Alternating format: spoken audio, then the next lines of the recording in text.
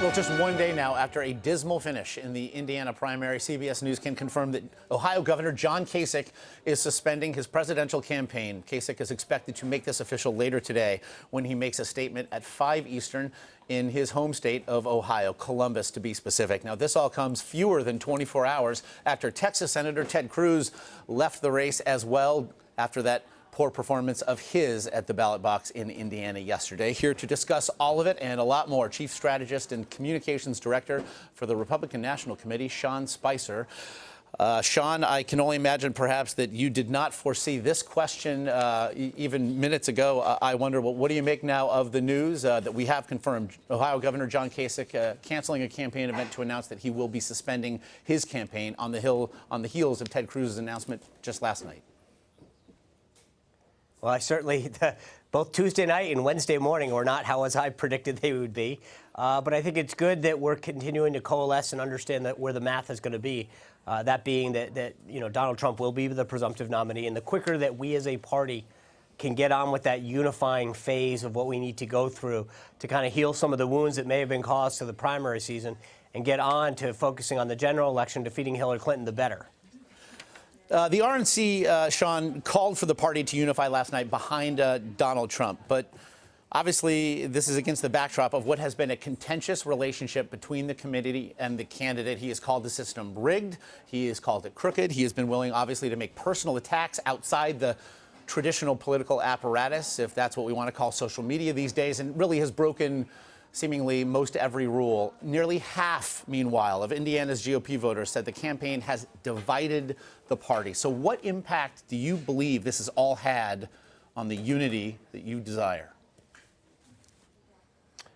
Well, I think we started this process with the 17 candidates. Most of them, I mean, we had a pretty amazing level of credentials and qualifications.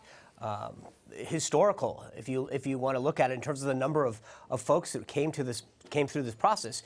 And passions were high and tensions were high. People were really supportive of the individuals that they wanted to fight for, even sometimes going on to a second candidate and saying after their first choice dropped out. So we need some time probably to heal a little bit and let some of those wounds mend, but we're going to do it. We understand that as a party, the only way that we win is if we're unified and we grow. If we don't, we'll come up short and hand this to Hillary Clinton.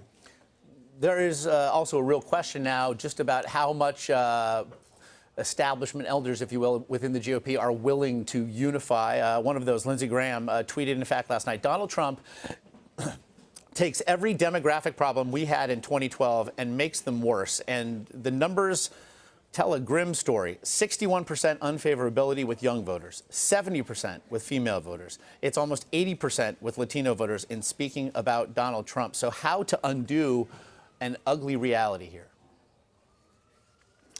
Well, we've been through a primary phase where the focus has been to go after individual candidates and to focus on primary voters. As we now enter that phase, and luckily our party will be able to start that phase a lot sooner than the Democratic Party. You saw Bernie Sanders chalking up another victory last night, continuing to keep Hillary Clinton on the ropes, definitely through California before she can lock this thing up.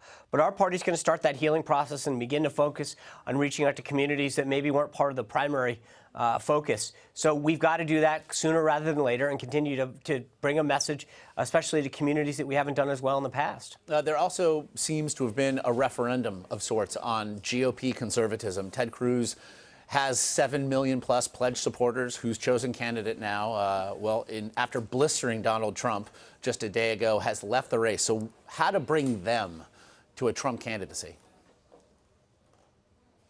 Well, again, I think part of this is to make sure that everyone understands that while they may have had a dog in the fight, that their candidate was their chosen person, that there's a bigger picture at hand. And Hillary Clinton, this isn't about just 4 years. It's not about time. It's not about, hey, we'll get it back in 4 years. There's a lot of appointments, a lot of judges, a lot of executive orders, a lot of bills that can get signed in 4 years that can change the trajectory of this country in a way that most conservatives should find very, very scary. And I think that's what's going to unite us, and understanding that there's a lot of things that we can agree on. While we might not have been in support of one particular candidate, that we've got to remember the big picture at hand. Now, just remember, I know that right now the talk is about our party, but look at what's going on the other side. Bernie Sanders and Hillary Clinton are going at it very, very hard. Sanders continues to drag her to the extreme left. And they're going to have a very big problem because Hillary has gone so far left that I don't think she's going to recognize herself when she gets out of this primary process. Meanwhile, it was learned when Paul Manafort met with RNC officials in Florida that he had, and the audio file was leaked, that he had promised that what we'd seen of Donald Trump to that point had been something of an act and that the candidate would evolve on the stump. Is there a concern that even the idea that someone who is now the likely GOP nominee has been, has been acting, has been just playing a role? What concern do you have about the viability of that candidate in November? Well, I don't. I mean, I think what Paul said after the fact was that he was referring to the fact that, Donald Trump, when he's speaking to a group versus when he's in a small room, has a different persona. I think, frankly, most people have that. If they're at a big rally or speaking to a large auditorium, are much different than they would be if they're sitting one-on-one with an individual or in a small room. That aside, I think, look, Donald Trump's tapped into something that most politicians around this country are eager to figure out how to get the secret sauce, which is people in America are very upset with Washington. They're frustrated with their government. They don't think anyone's looking out for them. And clearly Donald Trump has tapped into that and understands the plight that they're feeling. And people are coming out and supporting him in droves. Sean, he has had some wobbles when it came to certain policy positions. His foreign policy has been criticized at times, and he actually, in discussing what might be a VP pick of his today, he said it would likely be a political person who has relationships in Congress and can help him there on that front. What would the RNC like to see in that selection? Well, I think we'd like to see somebody with strong conservative values. I think, as he mentioned, somebody with experience would be helpful to balance the ticket. But, this is up to him to decide. It's his ticket. Our job is to go out there and provide the resources necessary to win, continue to build on the ground game that we've had for the last several years out in the field, continue to build the data and the digital operation that help our both presidential nominee as well as the rest of the down ticket win in November. That's our job, so we're looking for somebody that continues to espouse good Republican values and can help us win.